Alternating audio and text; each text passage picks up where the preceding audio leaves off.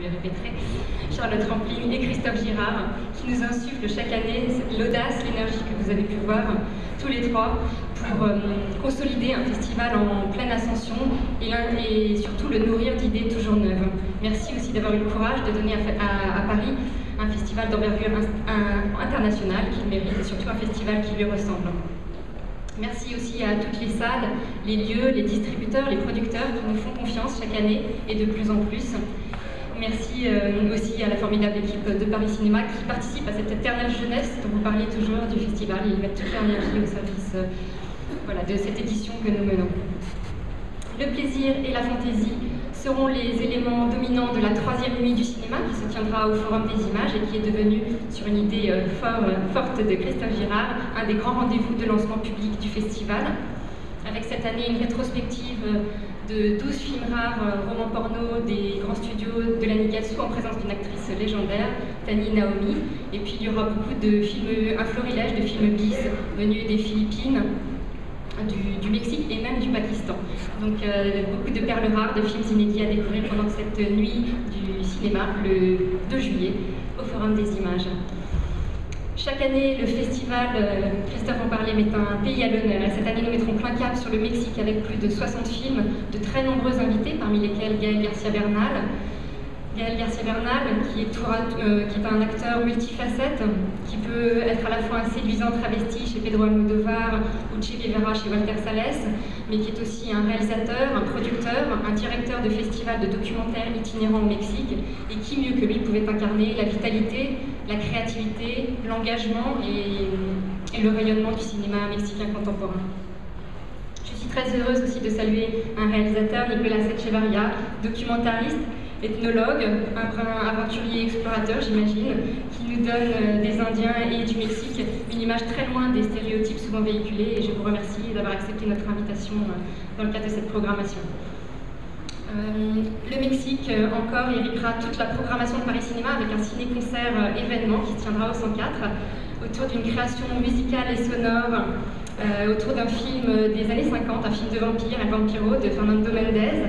Et pour cette occasion, Jackie Berroyer endossera le rôle d'un narrateur et vous concoctera le rôle d'un Benchi moderne et d'un autre genre. Donc ce sera vraiment un événement à découvrir. Merci Jackie Berroyer d'être avec nous aujourd'hui et d'avoir accepté cette aventure, cette performance très loin des sentiers battus du ciné-concert classique. Merci. La compétition internationale reflètera les valeurs d'ouverture, de liberté dont nous avons parlé du festival. Avec cette année 8 films, tous de nationalités différentes, avec pour la première fois aussi plus de réalisatrices que de réalisateurs, et parmi elles je voudrais saluer 2 réalisatrices, Leila Kelani, qui avec Sur la planche signe un film époustouflant et vraiment très visionnaire sur le Maroc d'aujourd'hui.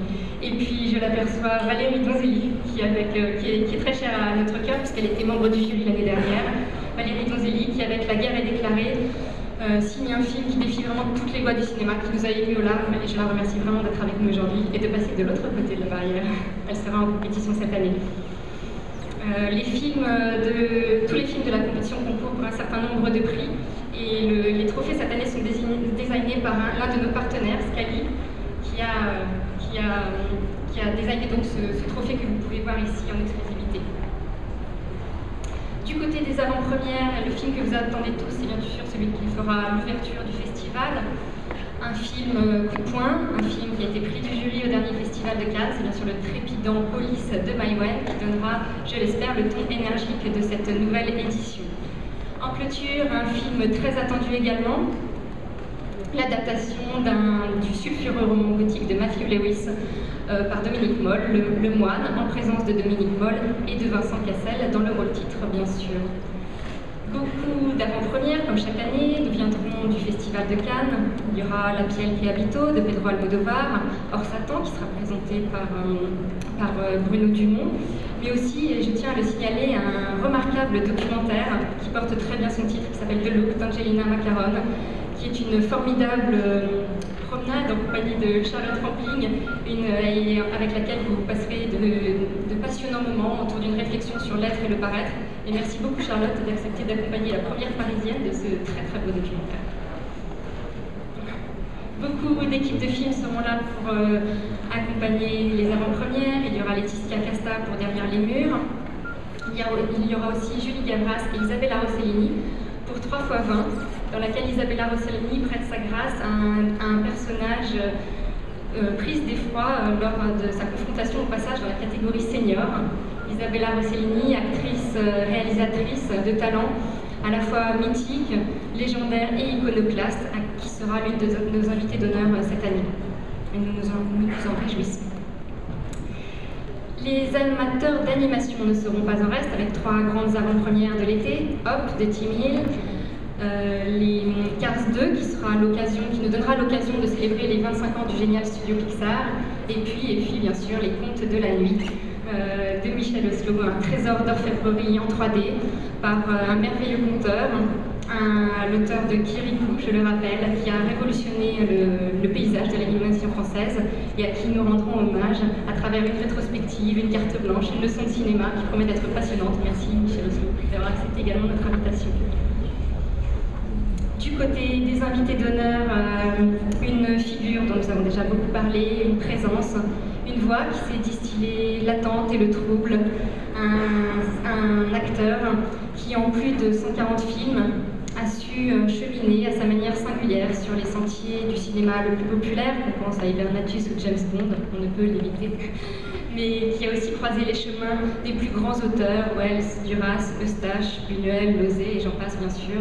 Merci Michael Lonsdale d'avoir accepté cet hommage et cette rétrospective en quelques 30 films. Donc nous vous attendrons tous nombreux dans les salles pour rencontrer Michael Lonsdale. Enfin, nous sommes très heureux de rendre hommage à l'un des grands cinéastes de notre temps, un athlète, poète polonais, un cinéaste pourvu d'un extraordinaire sens du rythme et de la lumière, un cinéaste de l'exil et de la résistance à tout prix. C'est Jerzy Skolimowski, dont on pourra revoir beaucoup de films rares, mais aussi en copie neuve, quelques-uns de ses chefs-d'œuvre, comme Le Départ ou Travail au noir ou même Deep End. Voilà pour le tour d'horizon de la programmation de cette année.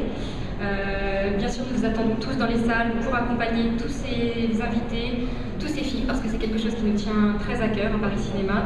Et je vais maintenant passer la parole à Anne Barjot pour conclure le déroulé de cette programmation et remercier tous les partenaires. Bonjour.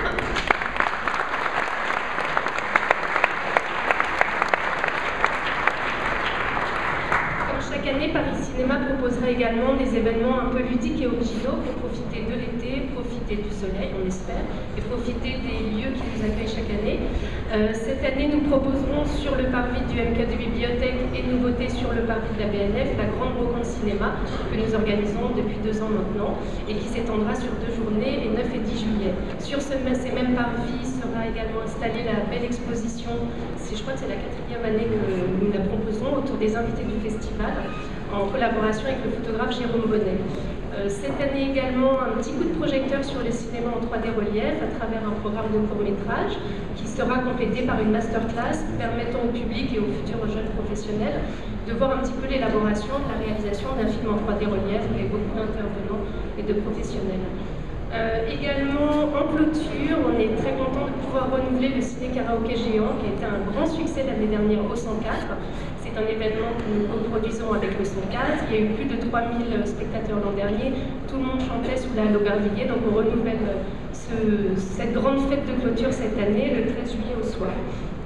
Parallèlement à la dimension grand public qu'on vient de vous exposer, Paris Cinéma accueille chaque année de très nombreux professionnels venus du monde entier autour de son rendez-vous Paris Project. Cette plateforme de coproduction proposera de découvrir une vingtaine de projets en écriture ou en fin de production. Alors les projets ne sont pas encore sélectionnés totalement, ils vous seront dévoilés le 13 juillet. Et cette année, nous sommes vraiment ravis de mettre à l'honneur au sein de Paris Project Taïwan, grâce à la Taipei Film Commission, le GIO, que je salue aujourd'hui, également la commission, et le bureau de représentation de Taipei à Paris, puisque du coup Taïwan sera à l'honneur à travers un atelier de coproduction entre la France et Taïwan. Nous tenons également à remercier très chaleureusement tous les partenaires de Paris Cinéma, sans qui, grâce à la ville et grâce à eux tous, Paris Cinéma ne pourrait pas se faire.